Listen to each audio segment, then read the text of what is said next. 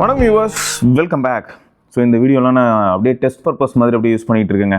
இது Xiaomi 17 Ultraல தான் record பண்ணிகிட்டு இருக்கேன். அந்த லோஃபிக் டெக்னாலஜியில் இந்த வீடியோ ரெக்கார்ட் பண்ணும்போது எப்படி இருக்குன்னு பார்த்தீங்கன்னா, பின்னாடி இருக்கிற லைட் வந்து அந்த சோர்ஸ் ஆஃப் லைட் அப்படியே கம்ப்ளீட்டாக விசிபிளாக இருக்கும். ஓகே, இன்றைக்கும் ஒரு சில கமெண்ட்ஸ் அண்ட் அந்த கமெண்ட்ஸ் வந்து ஸ்க்ரீன் ரெக்கார்டிங் பண்ணிவிடுவோமா?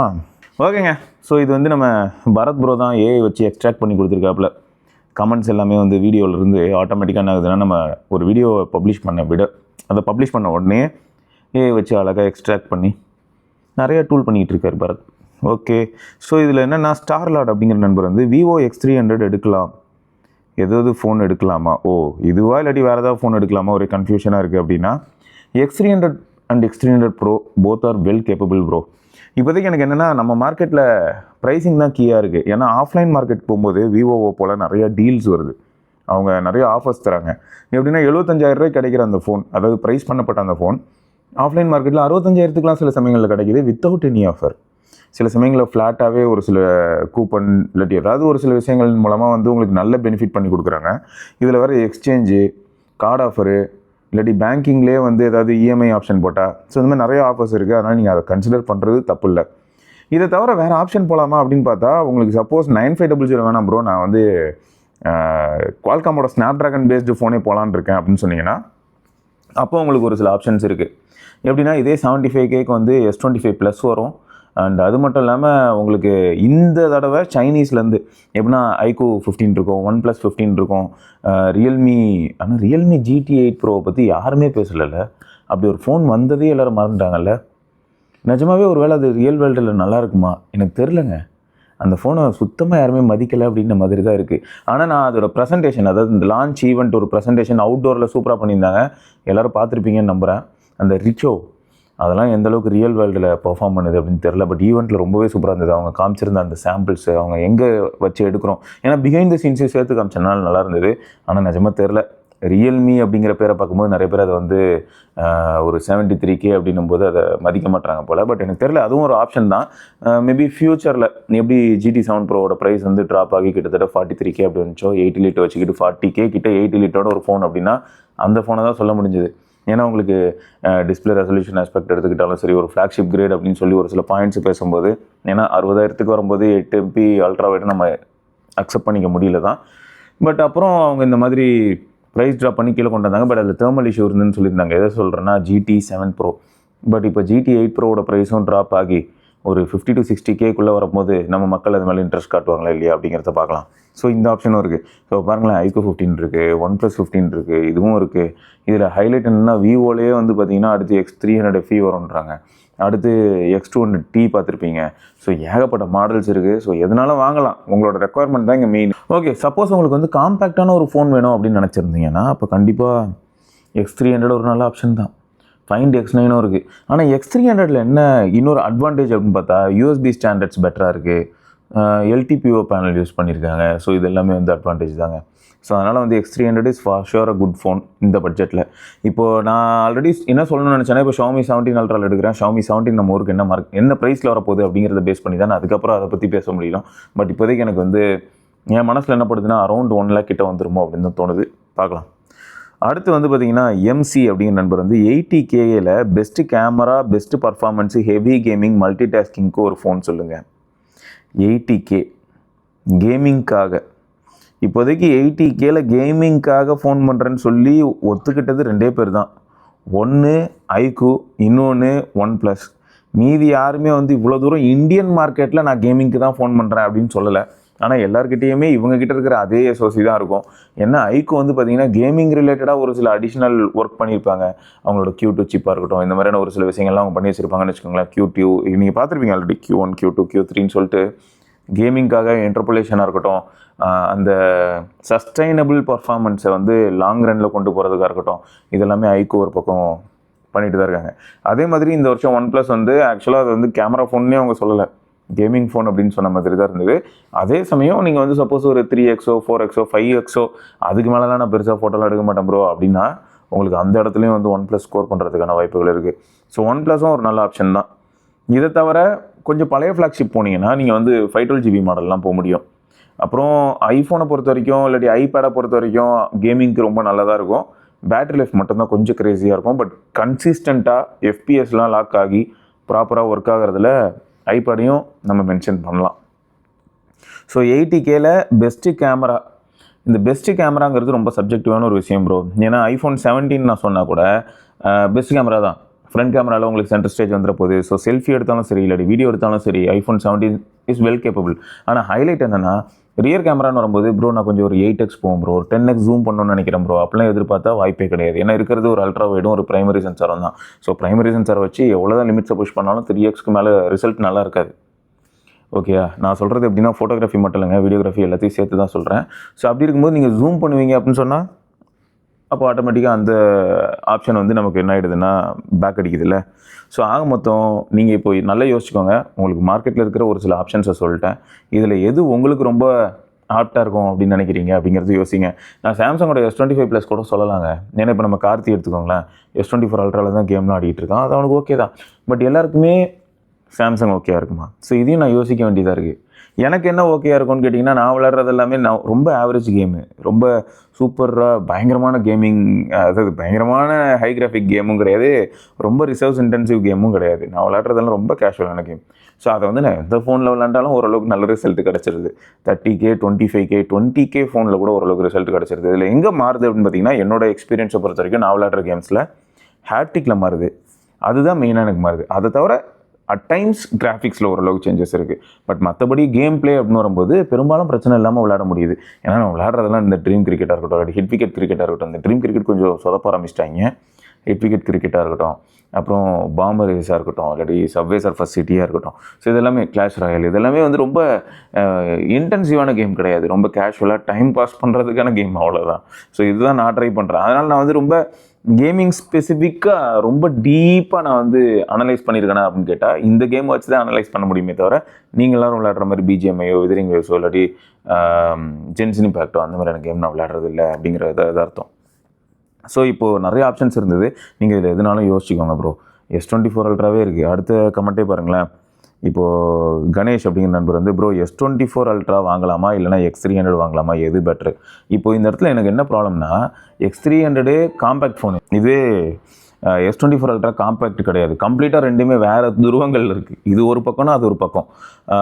X300 வந்து பார்த்திங்கன்னா ஒரு நான் ஆல்ரெடி வீடியோலேயே தெளிவாக சொல்லியிருப்பேன், ஒரு 5x 6x வரைக்கும் ஓரளவுக்கு ரிசல்ட் ஓகே. பட் 10xலேருந்து எனக்கு ஏஐ வந்து ரொம்ப டார்ச்சராக இருக்குது. என்ன தான் ஏஐ அப்படிங்கிற ஆப்ஷனையும் நான் டிசேபிள் பண்ண ட்ரை பண்ணாலும் வேலைக்கு ஆகலை. ஸோ அதையும் இந்த இடத்துல நம்ம நோட் பண்ணிக்கணும். பட் இதே S25 ultra, S24 ultra, S26 அல்ட்ராவே கூட பார்த்தீங்கன்னா ஏஐ கொஞ்சம் மினிமலாக இருக்குது. ஸோ தட் ஏஐ மினிமலாக இருக்கிறதுனால கொஞ்சம் நாய்ஸ் இருக்கும், கொஞ்சம் உங்களுக்கு டீட்டெயிலில் சாட்டிஸ்ஃபேக்ஷன் இல்லாத மாதிரி இருக்கும். பட் நிஜமாவே முடிஞ்ச அளவுக்கு ட்ரூ டு த சீன் எடுக்க முயற்சி பண்ணுது அப்படிங்கிறது நல்லா தெரியுது. ஸோ நீங்கள் தான் ப்ரோ டிசைட் பண்ணணும், உங்களுக்கு ஆன்டி ரிஃப்ளெக்டிவ் கோட்டிங் வேணுமா. ஏன்னா ஆன்டி ரிஃப்ளெக்டிவ் கோட்டிங் இருந்தாலும் அதுக்கு பின்னாடி இருக்கக்கூடிய விஷயங்களையும் நீங்கள் தெரிஞ்சுக்கணும். அது வந்து எப்படி வியர் ஆஃப் ஆகுது. நிறைய பேர் வந்துட்டு மேக்ஸிமம் எல்லோரும் கண்டுபிடிச்சது என்ன அப்படின்னு பார்த்தா, யாரெல்லாம் சன்ஸ்க்ரீன் இந்த மாதிரியான விஷயங்களை யூஸ் பண்ணிவிட்டு கையை கழுவாமல் அப்படியே ஸ்க்ரீனை தொடுறாங்களோ அது எதுவும் ரியாக்ட் ஆகி அந்த ஆன்டி ரிஃப்ளெக்டிவ் கோட்டிங் போயிடுது அப்படின்னு சொல்லியிருக்காங்க. அது ஞாபகம் இருக்கட்டும். ஆன்டி ரிஃப்ளெக்டிவ் கோட்டிங் மேலே ஆன்டி ரிஃப்ளெக்டிவ் எஃபெக்ட் இருக்கிற மாதிரி ஸ்க்ரீன் கார்டு சாம்சங் விற்றுக்கிட்டு இருக்கான். ஸோ அதுவும் ஞாபகம் வச்சுக்கோங்க. ஸோ உங்களுக்கு பெரிய ஃபோன், S Pen, ப்ளூடூத் ஃபங்க்ஷனாலிட்டியோட கொஞ்சம் மல்டிமீடியா அண்ட் ப்ரொடக்டிவிட்டி ஆஸ்பெக்டில் அப்படின்னும் போது S24 அல்ட்ரா. இல்லை ப்ரோ காம்பேக்டான ஒரு ஃபோனு, கொஞ்சம் பேட்டரி ஃப்ரெண்ட்லி, ஓரளவுக்கு நல்ல பர்ஃபார்மன்ஸு, ஸோ அப்படி ஜாலியாக யூஸ் பண்ணோம் அப்படின்னு நினச்சா X300. இன்னும் போக போக X300 இருக்கக்கூடிய இந்த வார்ம்னஸ் சரியாகும் அப்படின்னு எனக்கு தோணுது. ஏன்னா கிராஜுவலாக எல்லா பிராண்டுமே என்ன பண்ணுறாங்கன்னா, ஃபோன் ரிலீஸ் ஆன புதுசில் மட்டும்தான் அதை ரொம்பவே அக்ரெசிவாக அது எப்படி இருக்குதோ அந்த பொட்டன்ஷியல் அப்படியே விட்டுறாங்க. அப்புறம் போக போக என்ன பண்ணுறாங்கன்னா கொஞ்சம் கொஞ்சமாக அதை த்ராட்டில் பண்ணுவாங்க. எதுக்குன்னா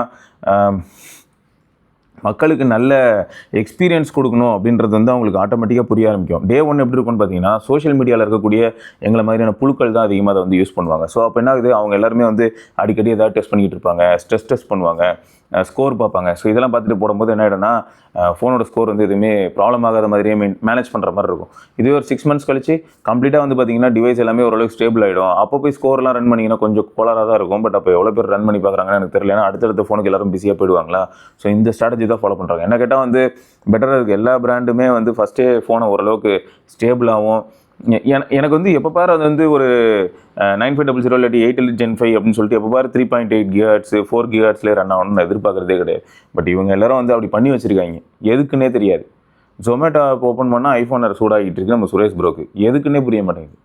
A19 ஃபுல்லாக யூஸ் பண்ண போதா? A19 ப்ரோவோட CPU GPU full run என்னது எனக்கு புரியல. இந்த மாதிரி ஒரு சில ஆப்பும் கோளாறு பண்ணிக்கிட்டு இருக்கு. ஸோ இதையும் நம்ம வந்து அப்சர்வ் பண்ணி தான் ஆகணும். ஸோ உங்களுக்கு பேட்டரி லைஃப் வேணும் அப்படின்னு நினச்சிங்கன்னா X300 is good for battery. அதே சமயம் S24 Ultraவும் இஸ் நாட் பேட், அதுவும் நல்ல ஃபோன் தான். இப்போ உங்களுக்கு காம்பேக்ட் ஃபோன் வேணும்னா X300. இதுவே காம்பேக்ட் ஃபோன்லாம் எனக்கு மேட்டர் இல்லை, ப்ரொடக்டிவிட்டி ஆஸ்பெக்ட் ப்ளஸ் அதை க்ரியேட்டிவிட்டி அண்டு எல்லாமே அப்படின்னா S24 Ultra. இதில் இன்னொன்று என்னென்னா சார்ஜிங் ஸ்டாண்டர்ட்ஸு, பேட்டரி ஒரு பக்கம், charging standard, battery size, charging standards, அப்புறம் போர்ட்ரேட் ஃபோட்டோஸு, இதிலலாம் வந்து X300 மாஸ்.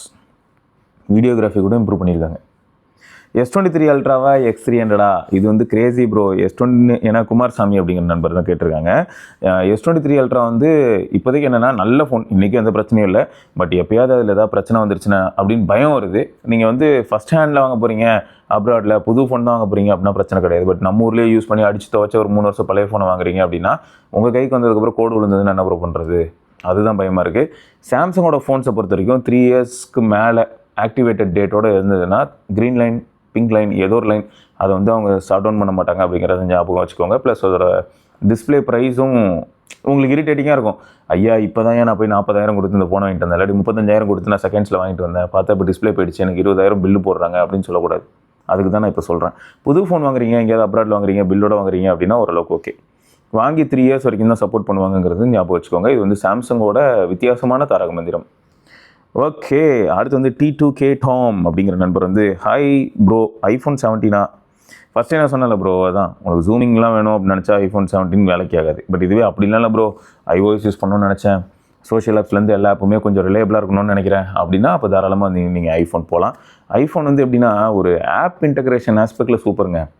இதை நம்ம இன்றைக்கி நேற்றுக்கில் ரொம்ப காலமாகவே சொல்லிகிட்டு இருக்கோம். இப்போ ஐஃபோனுக்குன்னு ஒரு சில USPs இருக்குது அப்படின்னு சொல்லணும்னா அந்த இடத்துல ஆப்பை பற்றி தான் நம்ம அதிகமாக பேசுவோம். ஏன்னா ரொம்ப நல்லா வெல் ஆப்டிமைஸ்டாக இருக்கும். இப்போ வந்து ஓகே bugOS 26 ஒரு சில பக் எல்லாருமே எக்ஸ்பீரியன்ஸ் பண்ணுறோம் சிஸ்டம் லெவலில், அது எனக்கு புரியுது. பட் இன்றைக்கும் வந்து ஒரு ட்விட்டராக இருக்கட்டும், அதை எக்ஸாக இருக்கட்டும், வாட்ஸ்அப்பாக இருக்கட்டும், எல்லா ஆப்புமே யூஸ் பண்ணும்போது ஐஃபோனில் மட்டும் பார்த்திங்கன்னா நம்ம இன்ட்ராக்ட் பண்ணும்போதே ரொம்பவே யூனிக்காக இருக்கும். ஸோ அது வந்து அவங்களோட USP. ஸோ அது உங்களுக்கு தேவை அப்படின்னு நினச்சா நீங்கள் தாராளமாக அது போகலாம். அதேமாதிரி சென்டர் ஸ்டேஜ் கேமரா, நீங்கள் அதிகமாக செல்ஃபி எடுப்பீங்க, அதிகமாக ஃப்ரண்ட் கேமரா வீடியோ எடுப்பீங்கனாலும் iPhone 17 தான் ஸ்கோர் பண்ணும். இல்லை ப்ரோ இதெல்லாம் எனக்கு எதுவுமே வேணாம் ப்ரோ, சைட் லோட் பண்ணுவேன், நிறைய டிஃப்ரெண்ட்டான ஆப்ஸ் ட்ரை பண்ணுவேன். இப்போ எனக்கு ஒரு கேம் பிடிச்சிருக்கு, இப்போ எக்ஸாம்பிளுக்கு சொன்னால் நான் பாம்பே ரேஸ் அப்படின்னு ஒரு கேம் சொன்னேன். அதே நான் ஆண்ட்ராய்ட் சைடில் என்ன பண்ண முடியும் அப்படின்னா சும்மா கிராக்டு வந்து டெஸ்ட் பண்ண முடியும். பட் இதெல்லாம் உங்களோட ப்ரைமரி ஃபோனில் முக்கியமான அக்கௌண்ட்ஸ் வச்சிருக்கும் போது இதெல்லாம் பண்ணாதீங்க. இந்த கிராக்டு ஆப்ஸை யூஸ் பண்ணுறது, இந்த மாதிரியான விஷயங்கள்லாம் அது எப்பயுமே வந்து உங்களோட செகண்டரி ஃபோனில் வச்சு ஜாலியாக டெஸ்ட் பண்ணிட்டு தூக்கி போட்டு போயிட்டே இருக்கணும். Primary account, primary details, primary banking ஆப்ஸ்லாம் இருக்கிறதுல போயிட்டு மாடர்ன் ஆப்லாம் ஏற்றுறேன் விளையாடுறேன்னு சொல்லி கிண்டல் பண்ணக்கூடாது. சில சமயங்களில் ரிஸ்க்கு இருக்க வாய்ப்பு இருக்குது, அதுக்காக தான் சொல்லிட்டு இருக்கேன். ஸோ அப்போ என்ன பண்ண முடியும்னா ஒரு கேமோட ஃபுல் பொட்டன்ஷியல், ஃபுல்லஸ்ட்டு என்னமோ அது எல்லாமே அன்லாக்டாக ஆல்ரெடி இருக்கிற ஒரு கேமை இன்ஸ்டால் பண்ணி ஜாலியாக கொண்டாட விளையாண்டு தூக்கி போட்டும் போக முடியும். இது எதில் பண்ணலான்னா ஆண்ட்ராய்டில் பண்ணலாம். பட் இதுவே ஐஃபோன் வந்து கம்ப்ளீட்டாக வேறு. ஸோ பர்பஸ் நீங்கள் புரிஞ்சுக்கணும். இப்போ உங்களுக்கு என்ன வேணும், பேட்டரி லைஃப் வேணும், சார்ஜிங் ஸ்டாண்டர்ட்ஸ் ஃபாஸ்ட்டாக இருக்கணும், போர்ட்ரேட் எடுக்கணும், ஜூம் பண்ணணும். ஸோ இதெல்லாம் எய்ம் பண்ணிங்கன்னா கண்டிப்பாக விவோ தான். இல்லை ப்ரோ அதே மாதிரி பாருங்களேன், இந்த மல்டி டாஸ்கிங் அப்படிங்கிற ஒரு விஷயம் வந்து ஆப்பிளில் இன்னும் கூட எட்டாக்கனியாக தான் இருக்குது. ஸ்ப்ளிட் ஸ்க்ரீன் பண்ண முடியாது, ஆப்பை ஃப்ளோட் பண்ண முடியாது, இந்த மாதிரி நிறைய விஷயங்களை யோசிக்க வேண்டியதாக இருக்குது. இதெல்லாம் நீங்கள் பண்ணுவீங்க அப்படின்னா கண்டிப்பாக நீங்கள் இப்போ X300 தான் சூஸ் பண்ணி ஆகணும். ஸோ அதையும் ஞாபகம் வச்சுக்கோங்க. அடுத்து X300 S25 அப்படின்னா S25 வந்து ஒரு டிஃப்ரெண்ட்டான ஃபீல் கொடுக்கும். ஸ்ரீஹரி சிவகுமார் அப்படிங்கிற நண்பர் தான் அதை கேட்டிருக்காங்க.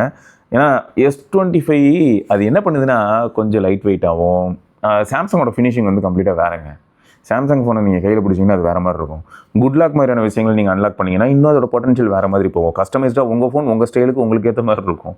ஸோ இதெல்லாம் நீங்கள் பண்ணுவீங்க அப்படின்னா S25 சரியா? அப்படிலாம் இல்லை ப்ரோ, எல்லோரும் இவ்வளோ நேரம் சொன்னீங்கல்ல, வீடியோ ஃபுல்லாக பார்த்தேன், எனக்கு கேமரா அதுவும் இந்த மாதிரி வேணும் ப்ரோ, இந்த ஜூம்டு இந்த மாதிரி போர்ட்ரைட்ஸ் இதெல்லாம் வேணும் ப்ரோ, அதுக்கு தான் வாங்குறேன் அப்படின்னா X300. இதில் இன்னொன்று என்னென்னா சாம்சங்கில் வந்து நான் திரும்பி அந்த குட் லாக் பற்றி பேச காரணம் என்னென்னா ட்விட்டர்லேருந்து எல்லா இடத்துலையும் சண்டை போட்டுப்பாங்க. யாராவது எதுக்காக போய் அடிச்சுப்பாங்க, எதுக்கு அடிச்சுக்கிறாங்கன்னே தெரியாது. அந்த இடத்துல நிறைய பேர் வந்துட்டு ஒன்யூலாம் யாரியா சாலா நீ யாரா அப்படின்னு சொல்லி பேசிகிட்டு இருப்பாங்கன்னு வைங்களேன். அவங்களாம் வந்து இந்த ஆரிஜின் OS ஃபேனாக இருக்கலாம், இல்லாட்டி வந்து கலர் OS ஃபேனாக இருக்கலாம், இல்லாட்டி ஹைப்பர் OS ஃபேன், இந்த மாதிரி ஏதோ ஒன்று version of different flavours of ஆண்ட்ராய்டுக்கு ஃபேனாக இருப்பாங்க. பட் ப்ராப்ளம் என்னென்னா நீங்கள் ஒரு இதுக்கு ஃபேனாக இருக்கீங்க அப்படின்னும் போது உங்களுக்கு அது பிடிச்சிருக்கு, தட்ஸ் குட். அதில் இருக்க ஒரு சில USP வேறு எதுலையும் இல்லை அப்படின்னா நீங்கள் அதை வந்து மென்ஷன் பண்ணலாம், தப்பு இல்லை. ஆனால் எதுக்கு எடுத்தாலும் போயிட்டு அப்படியே iOS போட்டு அடிக்கிறது, இல்லாட்டி பிக்சலோட எக்ஸ்பீரியன்ஸை போட்டு அடிக்கிறது, இல்லாட்டி வந்து அப்படியே OneUI போட்டு, அதுவும் OneUI தான் போட்டு ரோஸ்ட் பண்ணிட்டு இருக்காங்க. ரீசன்னா இப்போ தான் S26 வந்துருக்குல்ல, ஸோ லைம் லைட்டில் இருக்கலாம்னு சொல்லி அதை போட்டு ரோஸ்ட் பண்ணுறது. OneUI நிஜமாவே அதோட ஃபுல்லஸ்ட் பொட்டன்ஷியல் யூஸ் பண்ணுற ஒரு சிலருக்குலாம் ரொம்பவே ஹர்ட் ஆகுது. அவங்களாம் என்ன சொல்கிறாங்கன்னா டே நீ இன்னும் யூஸே பண்ணலடா அப்படின்னு சொல்கிறாங்க. யாருமே யூஸ் பண்ணாமே சில சமயங்களை மாற்றி மாற்றி அடிச்சுப்பாங்க.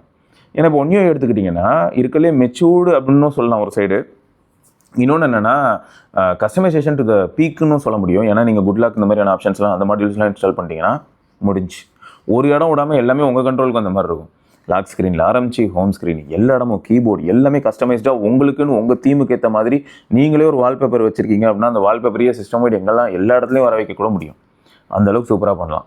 ஸோ இந்த மாதிரி நிறைய ஆப்ஷன்ஸ் இருக்குங்க. இது எல்லாமே நீங்கள் தான் யோசிக்கணும். உங்களுக்கு எது செட் ஆகும், எப்படி செட் ஆகாதா, என்ன நம்மளோட டே டு டே லைஃப்பில் ரெக்குயர்மெண்ட், அதெல்லாம் நீங்கள் செக் பண்ணி அதுக்கேற்ற மாதிரி ப்ரொசீட் பண்ணுங்கள். X200லேருந்து X300 எதுக்கு ப்ரோ இப்போ போனோம்? திரும்பியும் X300க்கு அப்டேட் சப்போஸ் மொக்கையாக கொடுத்தாங்கன்னா நம்ம என்ன பண்ணுறது? ஏன்னா இப்போ X200 ப்ரோ யூசர்ஸ் ஒரு சிலர் என்ன சொன்னாங்கன்னா, எடுக்கிற ஃபோட்டோஸில் மூஞ்செல்லாம் பெயிண்ட் அடிக்கிற மாதிரி ஆயிடுச்சு ப்ரோ, இதுக்கு முன்னாடி அப்படி இல்லை, இப்போ வந்துருக்கு ஆரிஜின் வாய்ஸ் அப்டேட்டுக்கு அப்புறம் தான் அப்படி இருக்குது அப்படின்னு சொல்லியிருந்தாங்க. ஸோ அப்படி இருக்கும்போது இப்போ X300 இன்றைக்கி நல்லா இருக்குது. X200லேருந்து நீங்கள் இதுக்கு வரீங்கன்னா X200 உங்கள் வீட்டில் இருக்க யாருக்காவது கொடுக்குறீங்கன்னா கூட ஓரளவுக்கு ஓகே. பட் வித்துட்டு வரீங்க அப்படின்னா பெரிய லாஸ். ஸோ நீங்கள் பண்ணுறீங்க அப்படின்னாலும் திரும்ப ஒரு 6 months கழிச்சோ இல்லாட்டி அடுத்த ஆரிஜின் வாய்ஸ் வரும்போது X300ம் X200 மாதிரி மாறிச்சுன்னா உங்களுக்கு எப்படி இருக்கும்? ஸோ இது வந்து not only Vivo phones, this is strictly applicable for all phones. எல்லா ஃபோன்லேயும் என்றைக்காவது ஒரு அப்டேட்டில் அப்படியே தலைகீழ மாறுறதுக்கான வாய்ப்பு இருக்கானா? எஸ். அந்த டைமில் வந்து நம்ம அப்படியே ரொம்ப ஃப்ரஸ்ட்ரேட் ஆகிற மாதிரியான ஒரு நிலைக்கு தள்ளப்படுவோம். இருந்தாலும் திரும்ப அது ரிவர்ஸ் ஆச்சுன்னா சந்தோஷம். பட் சிலர் வந்து அப்படியே விட்டுறாங்கிறது தான் வருத்தம். கோபி சேகர் அப்படிங்கிற நண்பர் வந்து கேட்டிருக்காங்க, V70 லேட்டா இல்லாட்டி ரெனோ 15 ப்ரோ மினியான்னு இல்லாட்டி X200 X200T X200FE ப்ரோ? இதில் ப்ராசஸிங் ஒவ்வொன்றுலையும் ஒவ்வொரு மாதிரி மாறும் ப்ரோ. சரியா? இதில் ஒவ்வொன்றுலையும் ஒவ்வொரு மாதிரி மாறும் அப்படின்னா ஸ்னாப்ட்ராகன் பேஸ் பண்ணி அவங்க சப்போஸ் ஏதாவது ஒரு சில டாஸ்க் கொடுத்துருந்தாங்க, அந்த ISPயை ட்ரிகர் பண்ணி பண்ணாங்க அப்படின்னா V70 இலீட்டோட ரிசல்ட் வந்து கொஞ்சம் டிஃப்ரெண்ட்டாக இருக்கும். இதுவே X200 X200T X200FE இது எல்லாமே வந்து பார்த்திங்கன்னா ஒரே மாதிரி தான் ஃபீல் ஆகும் ஓரளவுக்கு. அண்டு ரெனோ வந்து ஓப்போவோட ப்ராசஸிங் கம்ப்ளீட்டாக வேறு மாதிரி இருக்கும். ஸோ நீங்கள் வந்து ஓப்போவோடது கொஞ்சம் ஒரு மாதிரி சட்டிலாக இருக்கும், நல்லாயிருக்கும். ஓப்போ தான் சூப்பராக இருக்கும். உங்களுக்கு என்ன மாதிரியான கலர் டோன் வேணும் அப்படிங்கிறத நீங்கள் ஆல்ரெடி இன்டர்நெட்டில், அதாவது யூடியூப்லேயே இப்போ நிறைய சாம்பிள்ஸ் நீங்கள் பார்க்கலாம். ரெனோவோட சாம்பிள்ஸையும் அட்டாச் பண்ணியிருப்பாங்க. நிறைய பேர் வந்து ரெனோவை டெடிகேட்டடாக கவர் பண்ணியிருக்கும்போது அதை அட்டாச் பண்ணியிருப்பாங்க. அதே மாதிரி விவோவும் அட்டாச் பண்ணியிருப்பாங்க. நீங்கள் செக் பண்ணி பாருங்கள். எனக்கு என்னென்னா இந்த லிஸ்ட்லேயே வந்து V70க்கு என்ன ஒரு எட்ஜ் கிடைக்க வாய்ப்பு இருக்குது அப்படின்னா நெட்வொர்க் ஆஸ்பெக்ட்லையும் சரி, அதே மாதிரி ப்ளூடூத் கோடக் இந்த மாதிரியான ஏரியாவில் ஒரு சின்ன அட்வான்டேஜ் கிடைக்கிறதுக்கான சான்ஸ் இருக்குது அப்படின்னு நான் நினைக்கிறேன். மேபி நம்ம நண்பர்கள் யாராவது V70 லேட் ஆல்ரெடி யூஸ் பண்ணுறீங்கன்னா உங்களுக்கு எப்படி இருக்குன்னு சொல்லுங்கள். உங்கள் ஃப்ரெண்ட்ஸ் சர்க்கிள் யார்கிட்டயாவது வந்து X சீரிஸ் இருக்குது, X200 இல்லாட்டி X200 ப்ரோ இந்த மாதிரியான ஃபோன் வச்சுருக்காங்க, அவங்களுக்கும் நான் ப்ளூடூத் கோடக்லாம் டெஸ்ட் பண்ணேன் ப்ரோ, எனக்கு இந்த வித்தியாசம் தெரிஞ்சது, அந்த மாதிரி ஏதாவது இருந்ததுன்னா சொல்லுங்கள். வித்தியாசம் இல்லைனாலும் வெல் அண்ட் குட். ஏன்னா இல்லைனா இனிமேல் நம்ம ஒரு சில நண்பர்கள் கிட்ட சொல்லும்போது நீங்கள் ஸ்னாப்ட்ராகன் தேடி போயெல்லாம் வாங்கணும்னு அவசியம் இல்லைங்க. உங்களுக்கு மீடியாடெக்லேயே விவோவில் சிமிலர் ரிசல்ட் தான் கிடைக்கிது அப்படின்னு நம்ம சொல்ல முடியும். ஸோ அதுக்கு தான். ஸோ என்னை பொறுத்த வரைக்கும் ரெனோ வந்து ஒரு பியூர் டிஃப்ரெண்ட் பர்ஃபார்மன்ஸ் கொடுக்கும். அதே மாதிரி உங்களுக்கு காம்பேக்டான ஒரு ஃபோன் வேணும் அப்படின்னு நினச்சிங்கன்னா அந்த இடத்துல நீங்கள் ரெனோ 15 ப்ரோ மினியை தாராளமாக கன்சிடர் பண்ணலாம். ஸோ ரெனோ வந்து யூனிக்குங்க, சீரியஸாக யூனிக் தான். இந்த லிஸ்ட்டில் இருக்கிற எல்லாமே விவோ அப்படிங்கும்போது ரெனோ இந்த இடத்துல யூனிக்காக தெரியுது. அதுக்கு அடுத்த ஆப்ஷன் வந்து நான் என்ன சூஸ் பண்ணுவேன் அப்படின்றத V70 இலைட் போவேன். ஆனால் எனக்கு புரியுது உங்களுக்கு வந்து நீங்கள் X சீரிஸ் போகும்போது உங்களுக்கு 9400 அந்த மாதிரியான ப்ராசஸர்லாம் 9400ன்றதே ஓரளவுக்கு பவர்ஃபுல்லான ப்ராசஸர் தான் டிமென்சிட்டியில். ஆனால் இது வந்து 8S தானே ப்ரோ, கரெக்டு தான். But day to day task camera அப்படிலாம் வரும்போது 8S is more then enough. அதான் ஃபேக்ட். ரைட்டுங்க. ஸோ இதை வந்து நம்ம இன்னொரு பதிவில் சந்திப்போம். அதற்கு விடைபெற்றுக்கொள்வோம். சிவபரணி பார்க்கலாங்க. பை. வேறு ஏதாவது கேள்விகள் இருந்தால் மறக்காம கமெண்ட்டில் பதிவு பண்ணுங்கள்.